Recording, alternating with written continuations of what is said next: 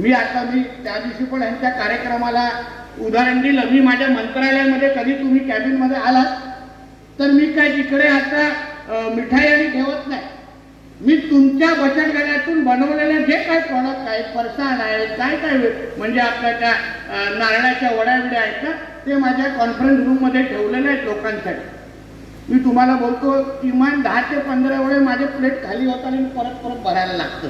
एवढे आलेले अधिकारी खातात पण आणि खिशात पण त्याच्यावर टाकून घेऊन जातात. एवढी मागणी तुमच्या प्रोडक्टची आहे.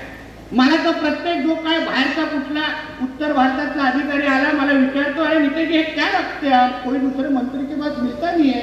मला हाँ क्योंकि होम मंत्री कोकण से नहीं है ना, मैं कोकण से हूँ इसलिए स्पेशलिटी है. म्हणजे विचार करा एवढी मागणी या तुमच्या प्रोडक्टची आहे.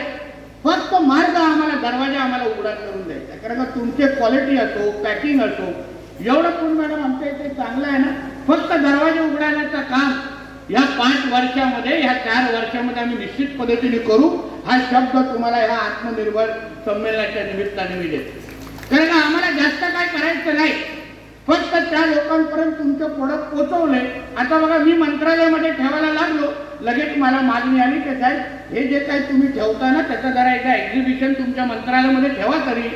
मग मी आणि तेरसे मॅडम आणि आता कुन मॅडमची पण मी बोललोय, येणाऱ्या 1 महिन्याभरामध्ये आपण मंत्रालयाचा जे मुख्य जो काय आमचा हॉल आहे मध्ये, तिथे आपला सिंधुदुर्ग बचत गटाचा एक चांगला एक्झिबिशन आपण मंत्रालयामध्ये ठेवू आणि आदरणीय मुख्यमंत्री आणि सगळ्या मंत्रिमंडळाला मी तिथे आणून दाखवत होतो.